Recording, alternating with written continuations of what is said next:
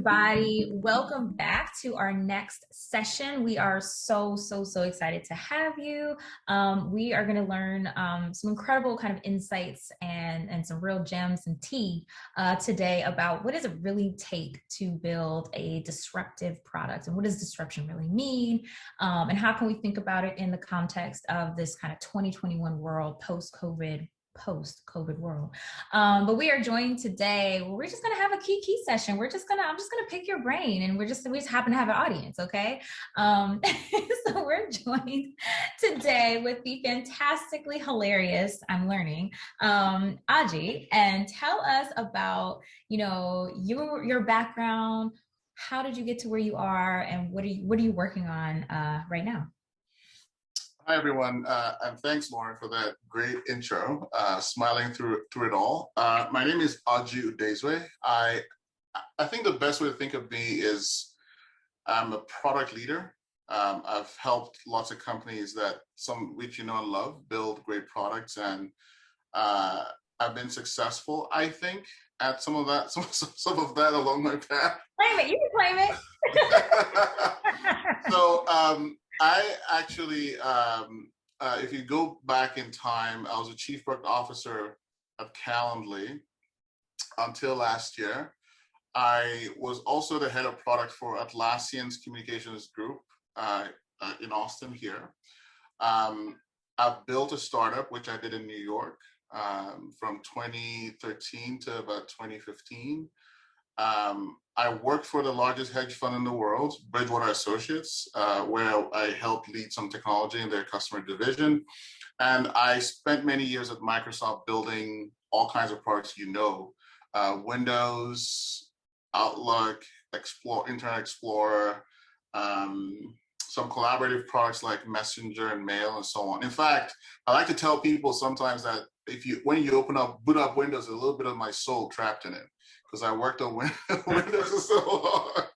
So anyway, it's my pleasure to be here to talk to you about my journey, but also just offer insight into what it takes to build successful software businesses through building disruptive products. I'm going to pause really quickly because my brother is making so much noise. Patrick, can you go in the back? I'm literally recording. You guys can edit this out. So yeah, okay, we're good. It didn't cut you off, but I just want to make sure he wasn't open. You were so nice to him.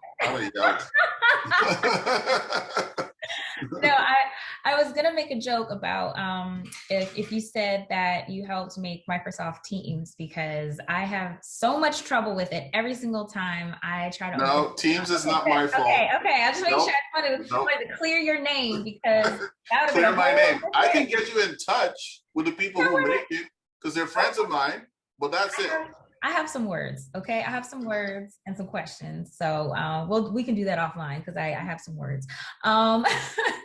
But thank you for giving us kind of like a context of kind of like, who you are and how you kind of came to kind of this stage in your life. And, the whole point of this conversation is really about, what does it mean and what does it take to build a truly kind of disruptive product? But I think, words mean something, and words are really meaningful. And I think sometimes we all assume that we are defining disruptive in the exact same way. And that's not necessarily true. So walk us through, how you define disruption, disruptive products, and then we'll get into kind of like, what does it take to really make them? But I think we should ground the conversation in defining some terms. So that's true. That's true. And disruptive is a word that is probably overused, frankly. I think every time someone says we're building a disruptive startup, kind of my eye rolls a little bit. And I think part of that is that part of my experience is also investing. So in 2013, I started an investment group that invests in technology-driven companies that serve Africa and Southeast Asian people. Mm-hmm. I was born in Nigeria, so I was very interested in that. I also recently became a venture capital scout for Lightspeed Ventures, which is based in the Bay Area. It's a traditional VC, and I try to help to find hard to find founders and startups, especially if they happen to be people in underserved communities like women and people of color. And so I've been thinking about disruption from an investment perspective, but also someone who's built products. And so here's my take. My take is maybe about 3 elements for disruption. One is that disruption necessarily has to be future focused. You have to sort of identify how the future will be that is different from what it is today. Mm. And then you skate into that. You build a product that targets where the puck is going. So I think that's an element of disruption.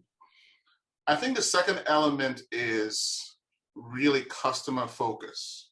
Mm. It's trying to, this is a common mistake, and maybe I'll talk about it later. You have to sort of divine the even almost unspoken wants of what your customer wants. I think the best example that circulates in my brain is Uber, right? Mm-hmm.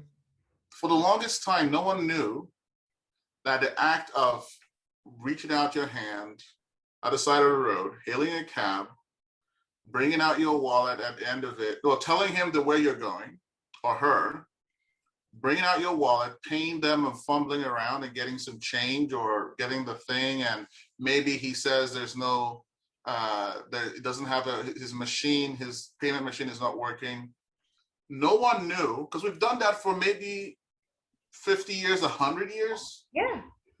No one knew that you could combine that into like, boop, boop, boop.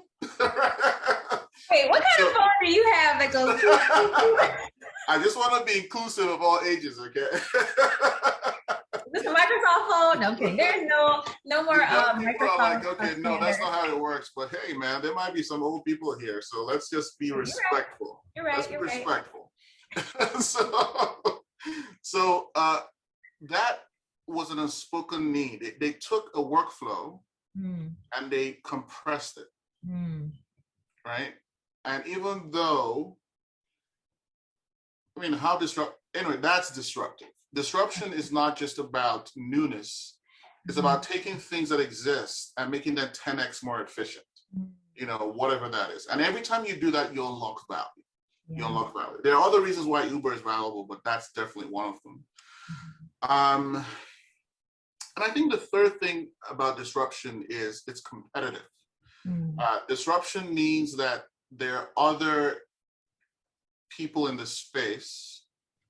In the case of Uber, it's like taxis, obviously, and taxi companies. The other people in the space, and they've gotten comfortable, and they have not served the customer as aggressively as you will when you bring your creation to the world. So those are the elements I think about disruptiveness. It's sort of competitive, it's very forward-looking, and it's very customer-focused. Yeah, no, I love that. I mean, it's funny that you brought up Uber as an example, because I distinctly remember my cute little Nigerian dad who apparently, and I didn't even know this, had never had luck hailing a taxi anywhere. He lives in Chicago, and anytime he would want to get a taxi, they would just drive right by him, and if he did, it's a weird experience. And so like, we didn't even know what we needed. And I remember telling him for the first time about Uber, and his mind was blown. He was like, how do I get this? What do I need to do? Like, this is like,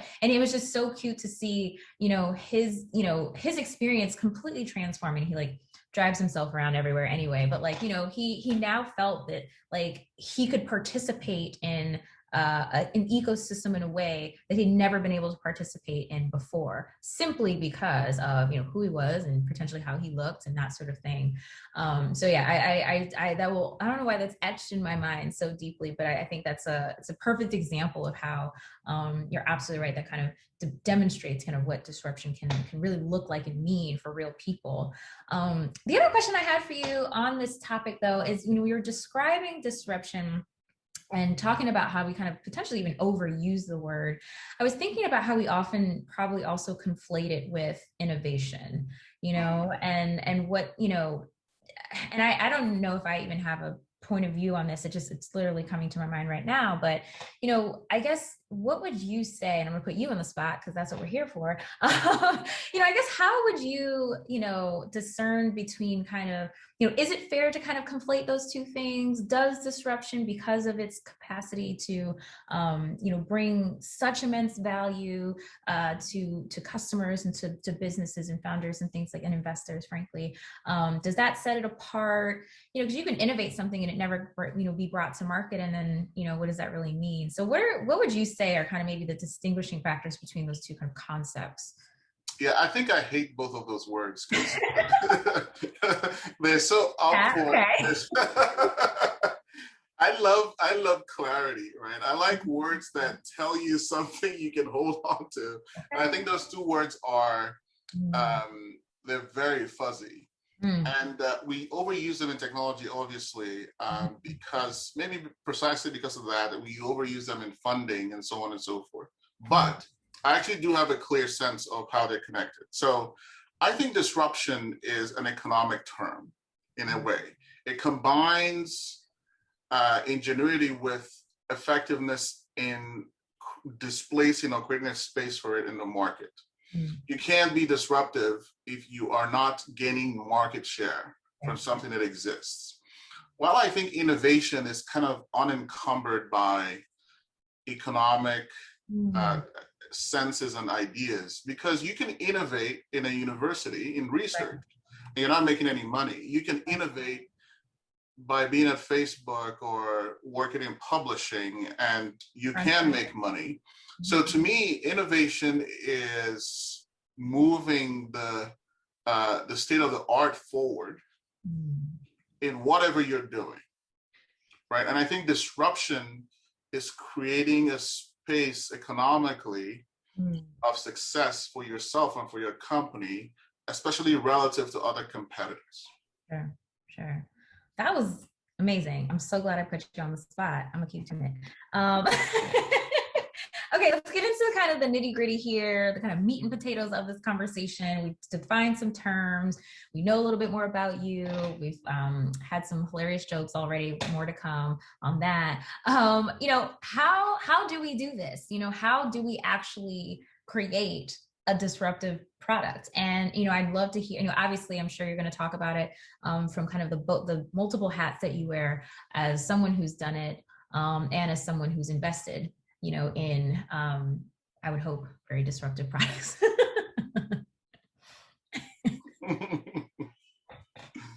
How do you do disruption? So, with, like I said, it's a word that's open to interpretation. I think by this time the audience knows my interpretation of it, and I'm going to try to say something provocative because I've worked in two distinct modes through my career. So, by the way, just to give context, I have 14 patents. I've been involved in 14 patents in technology across operating systems. Like I told you, I worked on Windows and applications design. My last patent was granted last year with Atlassian on something to do with meetings and making meetings more efficient. So from that level of innovation, I feel like I've spent some time to create new things that the world needs, right? But I worked in two modes through my career. I've been a PM for some time now and been in the technology space forever because as a kid, I was a bit of a geek. And I've seen two patterns. One is people like me, technologists or founders, will have a brilliant idea and they will fall in love with it and they'll try to create a concept out of it and bring it to the world. And they get very lucky when it turns out that the thing they're passionate about, other millions of people are passionate about. They get lucky, right? Because really they design it for themselves. But people found it interesting, like Twitter, for example. I think Twitter was designed, I wouldn't say lucky, but it was a storm. It was a lucky storm that the world embraced something That's very different from how people actually communicate in real life, right? Yeah. This is not Yeah. communal communication, it's much more public, Yeah. right?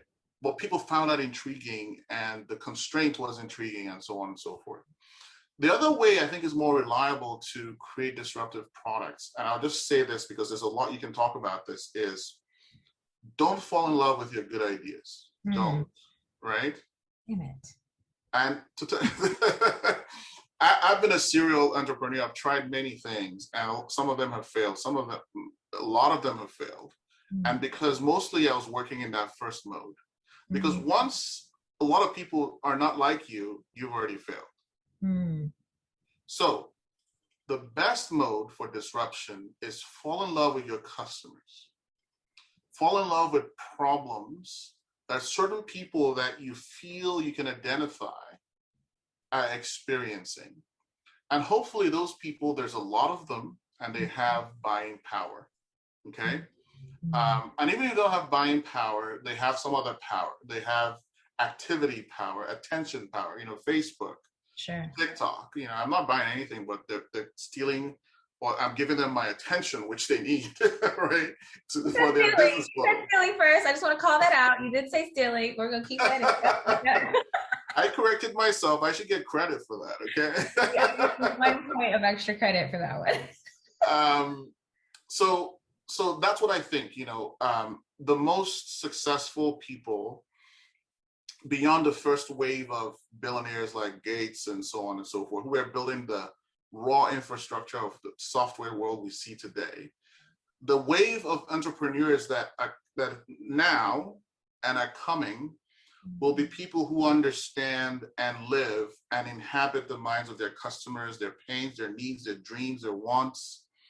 I believe, I give Uber as an example, it's the same thing. How do you solve 90% of what Black men experience in America in an app? Yeah, I did business school in New York. I can tell you lots of cabs passed me over, but Uber never, it stopped, right? Now, there's still people who probably won't pick me up because they see my profile picture, but Uber doesn't like that. That's not the incentives for their business, and it's much less. So my point is, if you live your customers, you will have a shot at disruption, right? This is a secret sauce. This is a thing that I try to teach my teams. This is a thing I try to ingrain in the companies I work on. Is start with the customer, fall in love with them and their problem, be obsessive about it, be an anthropologist about it, study them 6 ways to Sunday. If you have that foundation, you can build a disruptive product. Okay, so you've just dropped a million gems. Okay, I was writing notes and I was like, that needs to go on a t-shirt. That needs to go on a t-shirt. This, the first thing that came to mind after you just said your last statement was this, obsessive kind of understanding and study of your customer and their problems and that sort of thing, as opposed to kind of building something and just falling in love with that and being obsessed over that. That's profound. I love that. And I one of the things that I find myself wanting, as I'm still pretty new in tech. I come from a nonprofit background. I went to the University of Chicago, so I'm a nerd. I just love to just theorize about things and pontificate. And now I'm in tech and I'm like, oh, this is really, I have to be practical. I have to build stuff. This is great. Cool. But one of the things that I really miss sometimes, and this is no shade to anyone that I work with or anything like that, but I miss the curiosity, that curiosity of wanting to deeply understand the problem, wanting to really get to the root of things, wanting to understand how to build something bigger than something that's just 6 inches from our nose, wanting to understand how your product fits into or your idea fits into a larger system or ecosystem. I miss that. And I think maybe it's just maybe I'm just in the wrong places. I'm not sure. But that's what kind of really came to mind for me. And I wonder, and kind of tying it back to your Uber example, I was like, that I've never kind of considered that being, obviously with the example of my dad and it solving this really real problem for him and many others like him. But imagine if that was the point of Uber was to, what if, imagine, they were looking to solve this for, a whole number of people, of course, but imagine if they specifically were hell-bent on solving that problem for marginalized people. I always wonder, like, that's a really interesting, use case. You've built something to solve a problem for some of the most impacted, the most kind of, potentially harmed folks in the community and in society, and you make this massive, like literally, like objectively disruptive business out of it that is completely ate up all the market share, and everyone's still chasing after them to catch up and raise all this money. But imagine if that was what if that was the trigger? What if that was the thing? And beyond that, if it were you or me that had that idea to solve this problem for my little Nigerian dad, would I have been able to raise that money? I don't know. So here I am. So I have answers for you. Okay, I have answers for you. I want all the answers. I have answers for you. First of all, you're very generous. No way in would that have been the point of Uber, right? Because the people who started weren't people of color. They had no disadvantage, and they were very well off before they started this thing, or reasonably well off, or at least they had all the advantages of society: business school, skin color, networks, whatever it is. But here's the thing. I think when you think of when you're trying to create something really big, you have to have a lot of people in the bigness, right? And so Black people are or Black men maybe at the bottom of the totem pole of the problem of ride hailing. But other people don't love it either, right? Pregnant women, elderly people who their hands aren't very, very, very long. So they can't. It's kind of short. Everybody's longer than you. So the thing is, I doubt very much that was the intent. And I think there's a lesson here. There's a lesson here even for people of color. You can be animated and passionate about the problems of people of color. There's nothing wrong with that. But remember, people of color are X amount of the population. So what I want us to do instead is to be passionate about that, but be very curious about how the world works. Uber is an economic solution. It takes a resource that is underutilized, which is a car, is 95% of the time is parked in my garage, and turns it into a productive asset. It takes the consumer side of ride hailing, it's a two-sided market, and shrinks it. And it does this for people of color, but other people. So I guess my point is, yes, we want more opportunity for founders of color. We want more opportunities and more money for their stuff. But we should be endlessly curious about how those things are connected to other people, other intersectionalities around the world, and in our society. And if we combine the pain and the problems with those things, we get to build big things that everybody wants, right? And so the second question, if they had gone for money for that, they would never have gotten the funding. It would absolutely not have happened, because they would have couched even the pitch. Pitching is hard. Yeah, it's a whole skill. They would have couched it in the addressable market as small, right? Uber said, look, ride hailing is worth $1 trillion all over the world. We're going after that. And every VC is like, I like that. $1 trillion, okay. If you pitch it for your dad in New York, it's like $30 million. And VCs are like, nah, not interesting. So I don't know. I'm probably not as articulate as I could be, but there's a lesson in that. There's a lesson. I receive it. I think that is, yeah. And I don't know if we necessarily have to be, I know this panel or this conversation is not about me, but I like to insert my little 2 cents. But, I think that the beauty, and one of the things I'm really inspired by my I advise a bunch of early stage founders on how to kind of like operationalize impact or build impact into their business model, and not from just like a stereotypical kind of like philanthropic approach, but truly like how are you building a business that actually really solves a problem, and no matter who that kind of like core audience is.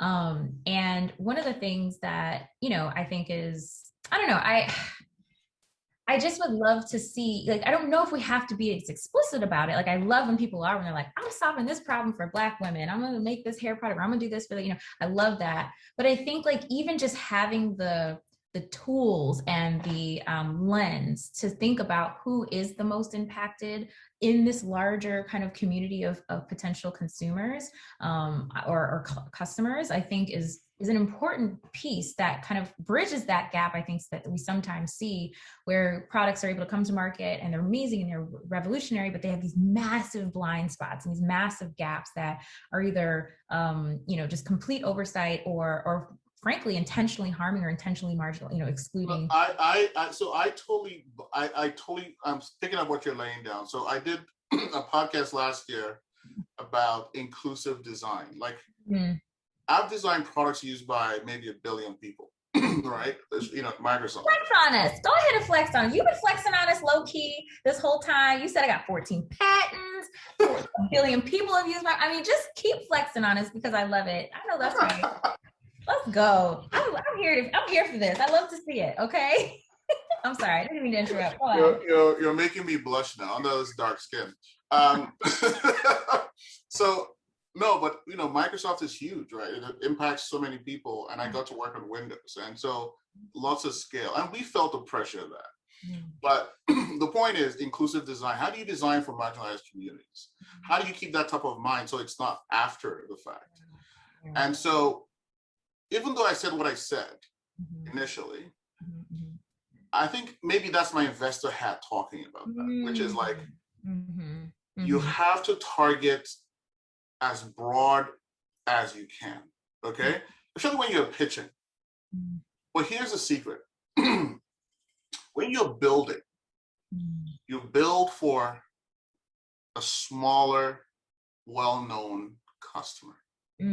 And that smaller, well-known customer, the first could be Black people solving their problems. Because you believe that they are the best avatar to learn how to build a repeatable business. And if you have success there, you can expand the aperture and gain more and more customers of different stripes and sorts, right? In fact, at Calendly, we had 5 identified ideal customer profiles, and we ranked them. And we went after the first 2 hard, right? But as we gained more success, we started to do more for the others, okay? So I think that's how you can reconcile both worlds, which is try to learn the world, try to think broadly, even though while you understand the problems of where you want to start. And then just think about each customer and how you solve their problems and keep expanding the types of customers you get to. This isn't easy to do, by the way, and I've learned this through a lot of scar tissue. But I honestly think that's the best way to think about bridging those 2 things and those 2 passions. Yeah.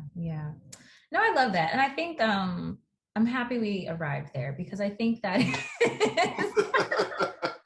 welcome. I'm glad you've come over to, no, I'm kidding.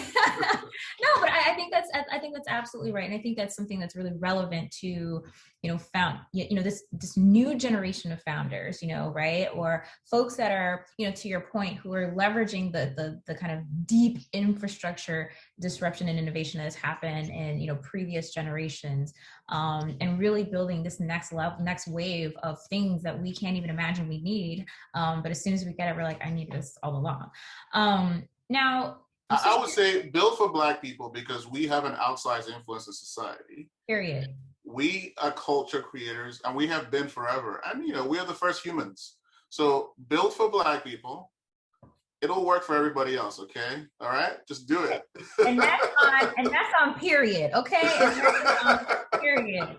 Drops mic. Okay. That's one takeaway from this conversation. No, no, I'm firmly in that camp, because when you think about folks who are at the most intersections of marginalization, oppression, and have to do the most to kind of get to a place of thriving, there's so much rich insight and knowledge and understanding there. Again, to your point, that if you solve those problems, everybody benefits, truly. We've had a really weird year, in 2020. It was a dumpster fire in all the ways. We're dealing with a global pandemic. Like, who ever thought that I'm going to live through a global pandemic in 2020? Like, what? Who does that? Obviously we were dealing with a lot of social unrest kind of across the world. We're still kind of dealing with a lot of that right now. And we saw investors, VCs, companies, making these pledges about, how they were going to kind of step up to the plate and either invest in Black founders or diversify the ranks of their organizations. A lot of money was pledged, a lot of promises were made. And here we are kind of almost like a year out from kind of when a lot of those conversations were happening. And kind of the chickens are kind of starting to come home to roost, or not. And so as you think about disruption, as you think about this influx, so to speak, of dollars into founders that typically weren't being funded, or spaces that weren't representative in the way that they should be, generally speaking, what are your thoughts, and what is a post kind of 2020 post COVID world look like, for better or for worse? Yeah, this is a complicated question for me. That's why I asked it. So I'm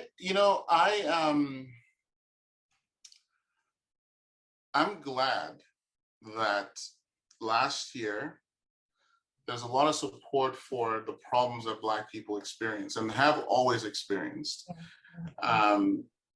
We're seeing more of them because we have these new technological tools. So, thank you, Google, for Android. Thank you, Apple, for iPhone, iOS. Thank you, fast internet. We'll take it all day long. Thank you, social media.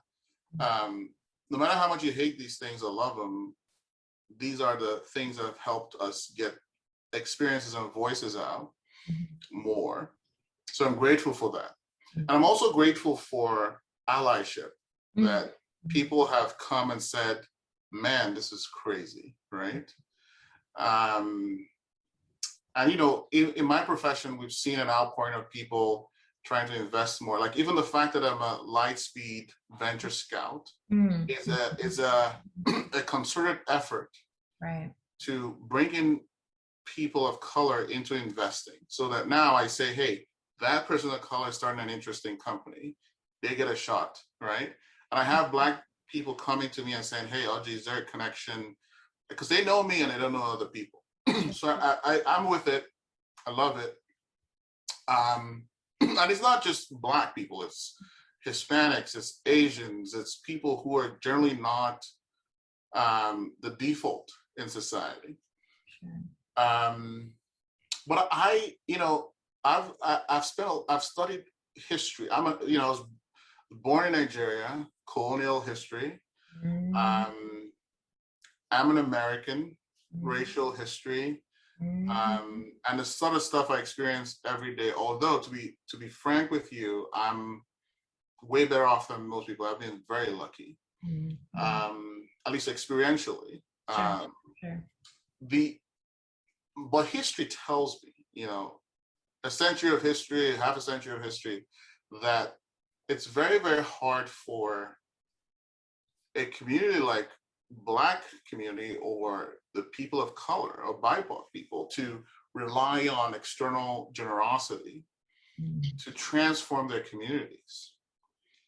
And so my take on it is, people will never feel your pain as much as you do. And so we should take advantage and encourage allyship where we see it. But my main response is empowering the community, getting its own. I started to know Black VCs. A good friend of mine, Base 10, run by a Black dude who's half Spanish and half Nigerian. So we need to get our own money. Yeah. We need to get our own education. We need to get mentorship from anywhere we can, but for people who are of color, because these things cannot be sustained. You know, people will forget.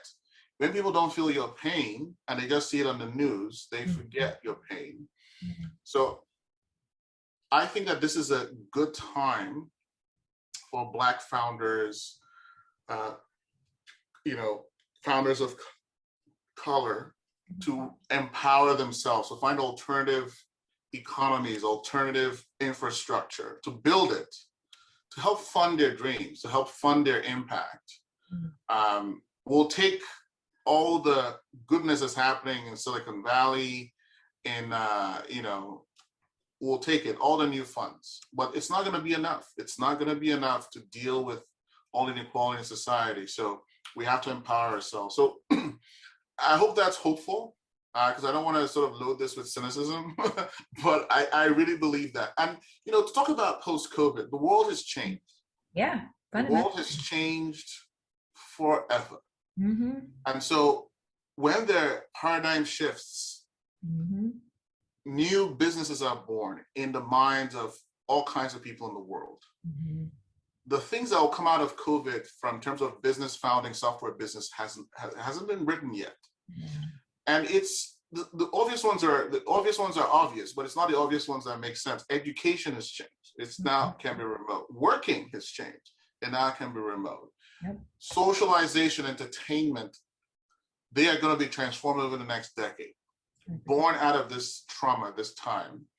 And so my advice for the next billionaire who's listening to me is dig into this time, figure out how people have behaved that give you a hint to how they'll be behaving in 5 years. Like I said, remember, part of disruption is future-focused, customer-centric, competitive. Yeah. Those are the three elements at least I identified.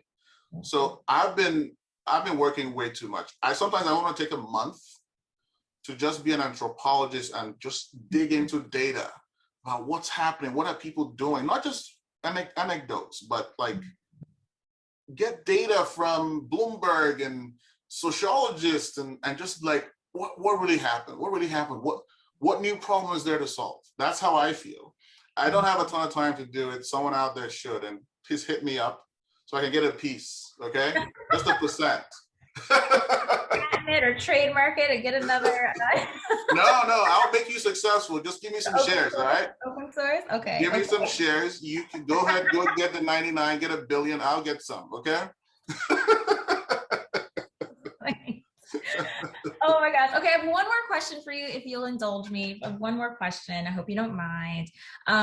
This has been hilarious, okay? Like, I know I'm funny, but like, you're funny and you laugh at my jokes and I laugh at your jokes. Like, this has been really fun. And you just seem like obviously you've done such important work. You've like had a hand in so many products that we literally see and work with every single day. But you also seem to be like a pretty cool human. Like, like you seem to be funny and interesting and curious.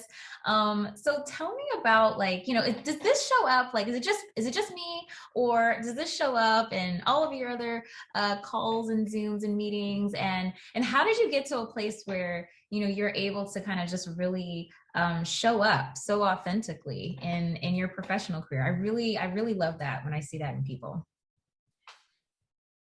Well, this is really me, but I don't think this is how I show up everywhere. I think I've gone through so many transitions coming to the United States. So the first transition was just coming here as someone who lived in a country where everyone was Black. Yeah. I'm learning about race, right? Like, and in LA, actually. I would walk around the streets in LA and I'd see a lot of poor people or homeless people were Black. And I didn't understand it. I was like, what is happening? What kind of country did I come to? Should I just go back? And so I've been through many journeys, and a lot of it was adaptive, like trying to, I wouldn't say fit in, because I'm not necessarily a fit in kind of person. That's not me. But trying to be in a place where I could thrive.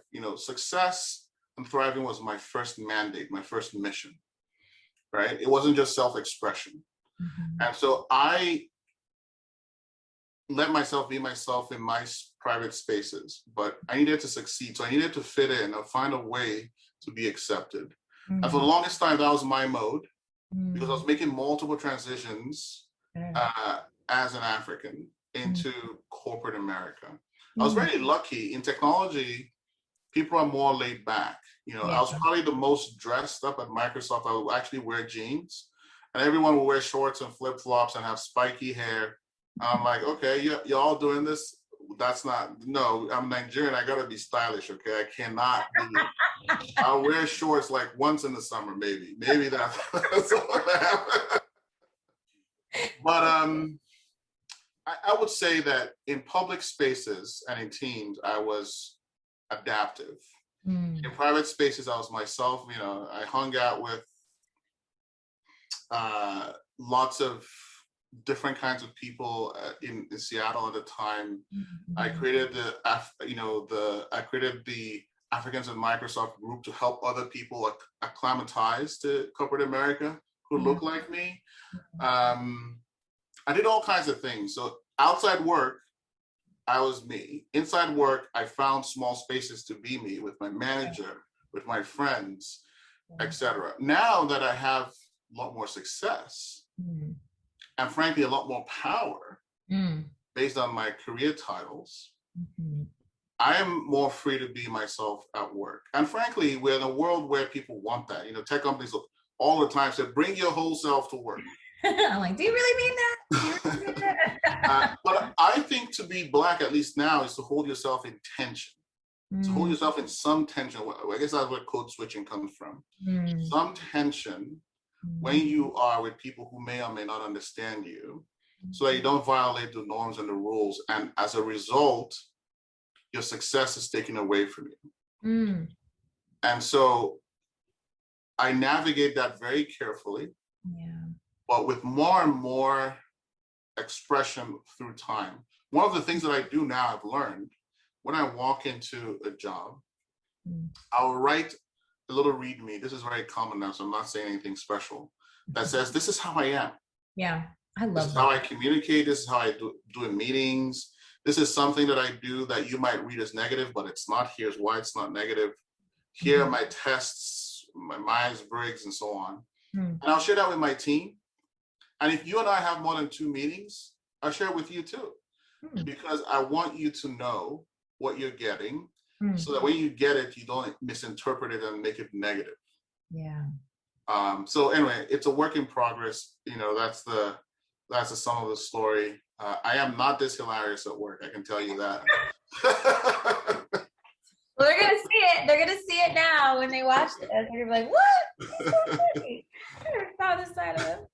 No, I really appreciate that. I really appreciate that. Someone who wears Black Girls Are Lit dresses to work and has my Black Girl Magic corner and behind every Zoom or Google Hangout call. I really it really resonates with me, and I understand that kind of journey that it really takes. And you kind of, as you get closer, farther and farther, or closer and closer to your ideal success mode, the more of those kind of layers you can shed, which is, it sucks that that's sometimes the reality. But I think the one thing that we can do is to create more space so that, folks coming in behind us can, it takes them less time to have to really be able to. Absolutely.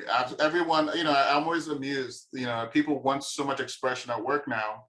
They're like, I gotta be myself and express myself to my fullest. I'm like, you go. I remember when it wasn't like that.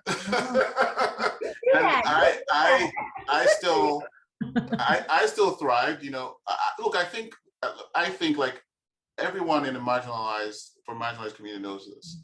The first mandate is to survive, is to thrive. Okay, it always is. And sometimes it sucks when you're not allowed full expression, but you know what? Survive, succeed, you'll get full expression. Okay. maybe that's a little hackneyed or old or something, but I really think that that's the truth.